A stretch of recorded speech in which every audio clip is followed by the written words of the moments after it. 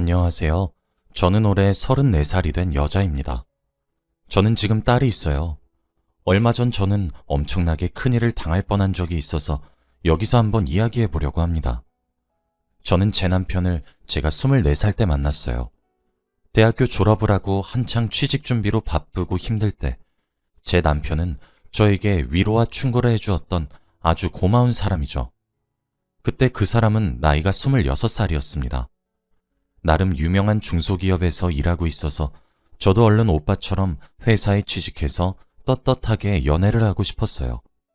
저는 항상 밥도 얻어먹고 데이트 비용도 다 오빠가 내줘서 너무 미안했지만 취직만 하면 다 갚을 거라고 했죠. 결국 저는 3년 동안의 취업 준비를 하다가 27살에 대기업에 취직을 하게 되었어요.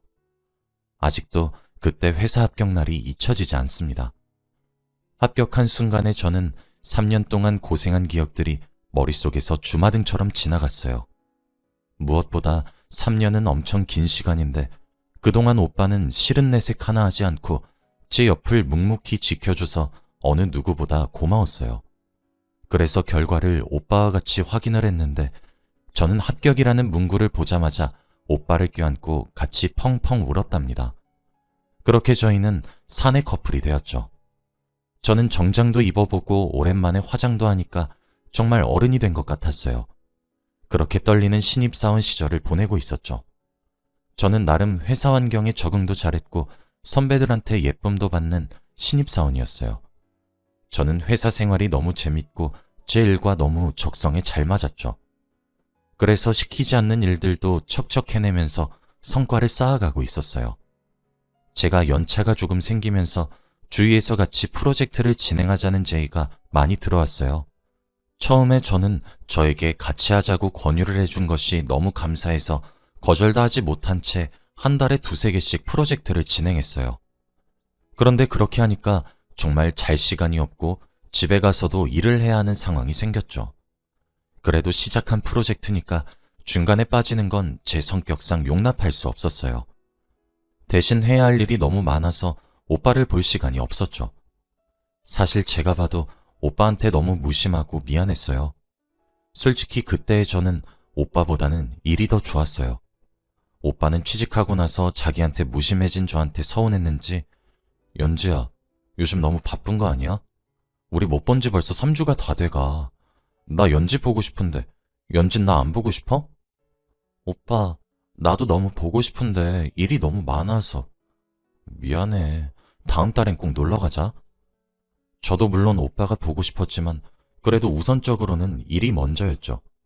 그렇게 프로젝트를 성공적으로 마무리하고 일상으로 돌아왔어요. 저는 평소보다 일이 줄어서 여유가 생겼어요. 오빠, 우리 이번 주 주말에 여수로 여행 갈까? 그래, 좋아. 저는 이때까지 오빠한테 못해줬던 것을 다 해주려고 숙소도 제 돈으로 잡고 모든 여행 비용을 다 냈답니다. 오빠는 그만 내라면서 자기가 사주고 싶다고 했지만 그래도 저는 그동안 무심해서 미안했다며 맛있는 음식들을 많이 사주었어요. 그렇게 저희는 밤에 숙소 근처를 같이 손을 잡고 걷는데 그때 오빠가 연지야, 우리 결혼할까? 라고 했죠. 저는 오빠의 말에 너무 놀랐어요. 결혼? 나는 연지랑 같이 평생 행복하게 살 수 있을 것 같아서. 연지는? 저는 사실 아직 결혼할 생각이 없었어요. 왜냐하면 회사에서 선배들을 보면 결혼한 사람들은 거의 회사원으로 취급을 안 해주었거든요. 그래서 저는 그런 대우를 받기 싫었기 때문에 결혼을 하고 싶지 않았죠. 결혼하신 여자 선배들의 말을 들어보면 연지씨, 세상에 기운을 반겨주는 회사는 잘 없어. 오래 일하고 싶으면 되도록 결혼은 하지 마. 만약에 결혼이 하고 싶으면 아기는 절대 낳지 말고. 휴직기 내고 돌아오면 동기들이 내 상사가 돼 있어. 라는 반응이 대부분이었거든요. 저는 제 일을 너무 사랑했기 때문에 그 말을 들은 순간 겁이 났어요. 그래서 오빠가 결혼하자는 말에 선뜻 대답하지 못했죠. 물론 오빠가 싫은 건 아니었지만 오빠와 결혼을 하기 위해서 제 일을 포기하고 싶진 않았어요. 오빠, 나 결혼하면 내 일은? 일 안 해도 돼. 연지는 오빠가 벌어다 주는 돈으로 쓰기만 하면 돼. 그럼 아기는? 아긴 낳아야지.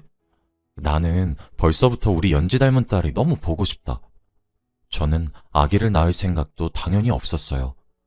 아이를 낳고 기르려면 육아휴직을 내야 하는데, 그러면 제 동기들이 저보다 먼저 승진을 할 것 같았거든요. 절대 그런 모습은 볼 수 없었죠. 오빠, 정말 미안한데 내 말 오해하지 말고 잘 들어. 난 오빠를 너무 사랑해. 근데 내 일도 너무 사랑한단 말이야. 오빠랑 결혼 생각을 해본 적이 없어. 왜냐면 결혼한 여자를 반겨주는 회사는 없으니까. 그리고 만약 결혼을 한다고 해도 아기를 낳을 생각이 전혀 없어. 육아휴직을 내고 아이를 돌볼 동안 내 동기들이 나보다 상사가 되어 있는 꼴은 난 절대 못 봐. 오빠, 결혼은 조금 더 생각해 볼게. 오빠는 제 말에 당황을 하는 것 같았죠. 저희는 아무 말도 나누지 않은 채 숙소로 돌아오고 자기 전까지 아무 말도 하지 않았습니다. 그런데 갑자기 오빠가 연지야, 그럼 결혼이라도 하자. 대신 너 일에 절대 방해되게 안 할게. 전부 다 너한테 맞춰줄게. 신혼집도 너희 회사랑 가까운 곳에 잡고 너 일할 때 절대 안 건들게. 어때? 저도 오빠가 너무 좋았고 평생 같이 살고 싶었기 때문에 그날 저희는 연애 3년 반 만에 결혼을 하기로 약속했습니다. 저는 아직 저희 부서에서 신입사원이었기 때문에 결혼을 하는 게 너무 눈치가 보였어요. 너무 어린 나이에 결혼을 하는 거라고 할 것 같았거든요. 그래도 저는 저희 부서 사람들에게 청첩장을 돌리면서 시간이 되면 오셔서 밥이라도 함께하고 가시라고 했죠. 그런데 저희 부장님이 연지씨, 지금 입사한 지 얼마나 됐다고 결혼이야? 벌써 결혼하면 애도 금방 갖겠네? 애 일찍 만들면 나중에 힘들 텐데? 라고 하시면서 눈치를 주셨죠. 그래도 저는 아이를 낳을 생각이 없으니 부장님의 말에 웃으며 넘겼습니다. 저는 결혼을 준비하면서도 업무에 지장이 가면 안 된다고 생각했고, 제가 결혼 준비로 일을 소홀히 하지 않는다는 것을 부서 사람들에게 보여주고 싶어서 일을 정말 열심히 했어요. 야근도 거의 매일 했죠. 결혼 준비는 주말에 했습니다. 그렇게 저는 오빠와 결혼식을 올렸고 신혼집에 입주했어요. 본가에서 회사까지는 차로 운전해서 가면 빨리 가도 40분은 걸리는데 신혼집에서는 20분도 걸리지 않았죠. 별로 큰 차이처럼 안 보이시겠지만 바쁜 현대인한테 출근 시간 20분 차이는 정말 컸죠. 그렇게 일도 열심히 하고 신혼생활도 열심히 즐겼죠. 집에 가면 남편이 항상 있다는 사실에 얼른 퇴근을 하고 싶었지만 어쩔 수 없이 야근을 거의 일상으로 달고 살았어요. 남들이 한 개의 업무를 끝낼 동안 저는 2개 반의 업무를 끝냈죠. 근데 빠르다고 대충 하는 것도 아니라 정말 꼼꼼히 했습니다. 그러려면 야근은 필수였죠. 남편은 처음엔 저를 묵묵히 응원해 주었지만 시간이 지날수록 연지야, 솔직히 이건 심한 거 아니야? 이게 무슨 신혼부부야. 너 일 중독이야. 나보다 일이 더 좋은 거지? 오빠, 갑자기 왜 이래? 결혼 전에 오빠가 나한테 한 말 기억 안 나? 내가 일할 때 전혀 터치 안 한다며. 근데 왜 이래? 오빠는 자기가 했던 말을 기억하는지 그 뒤로 아무 말도 하지 못했죠. 제가 봐도 저는 제 일을 너무 사랑하는 일중독이 확실했어요. 그런데 그맘때쯤 저희 부서에 진급심사가 있어서 어느 때보다 일을 더 열심히 했어요. 저는 얼른 대리가 되고 싶었거든요. 그런데 다음날 회사에 가니 제가 아니라 저의 동기가 승진을 했더군요. 저는 너무 어이가 없었죠. 왜냐하면 제가 일을 할 동안 제 동기는 일도 잘 안 하고 딴짓도 많이 했거든요. 그리고 한 개의 업무도 제대로 안 해서 선배들한테 많이 혼났던 동기였죠. 그래서 저는 저희 부서의 친한 선배에게 물어봤죠. 선배, 솔직히 저는 이번에 제가 대리로 승진할 줄 알았어요. 누가 봐도 제가 더 열심히 하고 일을 잘하는데 왜 저보다 더 많이 놀고 일도 열심히 안 하는 제 동기가 된 거죠? 연지 씨, 아직도 그거 모르겠어? 연지 씨는 여자잖아. 쟨 남자고. 그리고 연지 씨 결혼도 했는데 아기도 곧 생길 거고. 그러면 육아휴직 내서 자리도 비우고 대리 자리 비우면 타격 엄청 큰 거 알지? 그래서 어쩔 수 없이 제가 승진한 거야. 우리도 당연히 알지. 연지 씨가 얼마나 일 잘하고 열심히 하고 있는지. 근데 사회가 이래.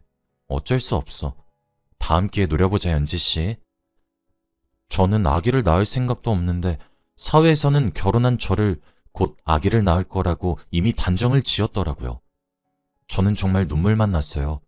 그래서 그날 점심시간에 화장실에서 펑펑 울었습니다. 만약 제가 결혼을 하지 않았다면 이번에 승진은 제가 할 수 있었을까요? 너무 억울하고 슬펐죠. 그날은 일도 손에 안 잡히고 술도 먹고 싶어서 퇴근하자마자 집 근처 술집에 갔어요. 그런데 거기서 저희 부서 사람들을 만났어요. 그런데 저희 부서의 여자 직원들만 쏙 빼놓고 남자 직원들만 모여서 술을 먹고 있더라고요. 부장님도 남자였기 때문에 친한 선배와 저만 빼고 같이 술을 마시고 계셨죠. 아마도 제 동기의 승진 축하 파티를 하는 것 같았어요. 근데 저는 그 모습을 보고도 다가가지도 못했어요. 아는 척도 못하고 그 술집을 나갔죠. 저는 거기서 저희 부서 사람들에게 반갑게 인사를 하면 저에게 또 불이익이 찾아올 것 같았거든요. 선배에게라도 말하고 싶었지만 선배는 사실 임신 초기였기 때문에 어차피 술을 드시지 못했어요. 선배가 임신 중이란 사실은 아직 저밖에 모르거든요. 회사에는 나중에 말하신다곤 하는데 아직 선배도 육아휴직이 무서우신가 봐요. 그래서 어쩔 수 없이 저는 집으로 돌아갔죠. 남편에게 하소연을 하니 제 편을 들어주었습니다. 하지만 저는 남편의 위로가 도움이 되지 않았어요. 어차피 내일부터는 반말을 쓰던 동기에게 존댓말을 해야 하기 때문이죠. 그래서 저는 다음 승진 기회를 잡기로 하고 더욱 악착같이 일을 했습니다. 저희 회사는 성과를 많이 이룰수록 승진을 할 수 있는 기간이 짧아져요. 그래서 저는 최대한 많은 업무와 프로젝트를 해서 성과를 이뤄내야만 했죠. 그래서 저는 다음 날부터 하루도 빠짐없이 야근을 하면서 지냈습니다. 주말엔 물론 집에 있었죠. 하지만 저는 집에서 가만히 있으니 남들보다 뒤처지는 것 같아서 집에서도 노트북을 붙잡고 일을 했어요. 일을 하다가 목이 말라서 냉장고 문을 열었는데 문을 여는 순간 속이 쓰리면서 헛구역질을 했죠. 저는 제발 임신이 아니길 바라면서 테스트기를 했어요. 그런데 결과는 임신이었습니다. 병원에 가보니 아직 초기래요. 그런데 남편은 너무 좋아했어요. 연지야, 우리한테 드디어 아기가 생기는 거야? 라면서요. 저는 솔직히 말해서 아직 아이를 갖고 싶은 마음이 없었어요. 아직 저에게는 올라가야 할 계단이 너무 많은데 아기를 낳으면 저는 올라가는 계단을 포기해야 하거든요. 하지만 저는 일을 포기할 생각이 없었습니다. 오빠, 우리 아직 마음의 준비가 안 되지 않았나? 아직 너무 일러. 그리고 우리 아기는 계획이 없었잖아. 나 지금은 승진하는 게 먼저야. 미안해. 그래도 그렇지 어떻게 그런 말을 쉽게 하니? 넌 피도 눈물도 없구나. 저는 어떻게 해야 할지 너무 막막했죠.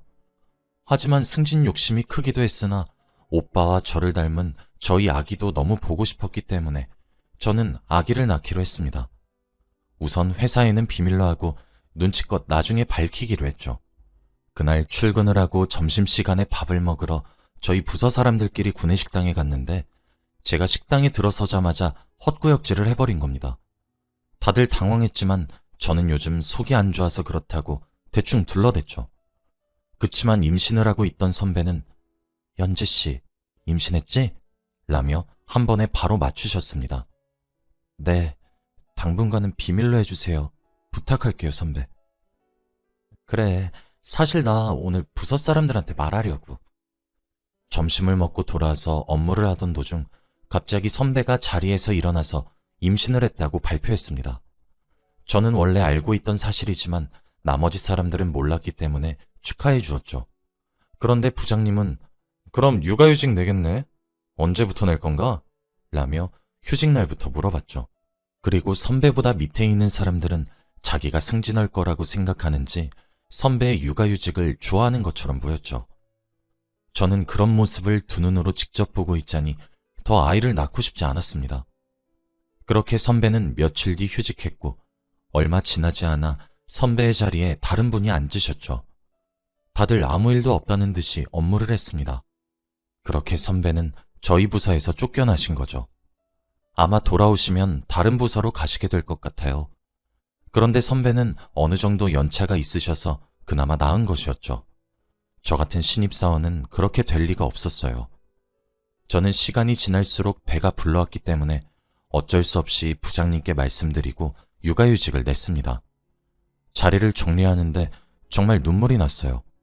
제가 힘들게 입사했는데 아기 때문에 이렇게 되다뇨. 그래도 저는 휴직기가 끝나면 아기를 베이비시터에게 맡길 생각이었기 때문에 금방 돌아오려고 했죠. 그렇게 짐을 싸고 아기한테만 집중했어요. 남편도 제가 먹고 싶은 건 몇 시간이 걸려도 가서 사와주고 매일 태교도 해주면서 정말 잘해주었죠. 그렇게 저는 출산을 하고 아기가 조금 자라면서까지 제가 키웠습니다. 그렇게 아기가 2살이 되면서 저도 회사에 복귀를 하기 위해 베이비시터를 고용했죠. 그렇게 저는 다시 회사로 돌아갔습니다. 다행히 저는 다른 부서에 대리로 들어갈 수 있었어요. 바뀐 업무가 처음엔 적응이 안 되었지만 제 동기들이 저보다 더 높은 직급에 있는 모습을 보고 오기가 생겨서 더 열심히 했죠. 초심을 되찾기 위해 정말 하루도 빠짐없이 야근을 했어요. 베이비시터분도 원래 근무 시간보다 더 오래 일을 했죠. 처음에는 남편과 둘이 있는 게 어색하지 않을까 싶었지만 그래도 다행히도 둘이 또래여서 말도 잘 통하는 것 같더라고요. 그래서 남편이 심심하지 않겠다는 생각에 저는 더 열심히 일을 했어요. 이번 부서는 부장님께서 여자분이셔서 저번 부서보다 더욱더 수월하게 일을 할 수 있었죠. 저는 대화도 잘 통했고 여자의 입장에서 고민 상담도 자주 해주셨습니다. 그렇게 저와 부장님은 친해졌죠. 저는 야근도 줄어들었고 성과도 좋게 봐주셔서 승진도 잘 됐죠.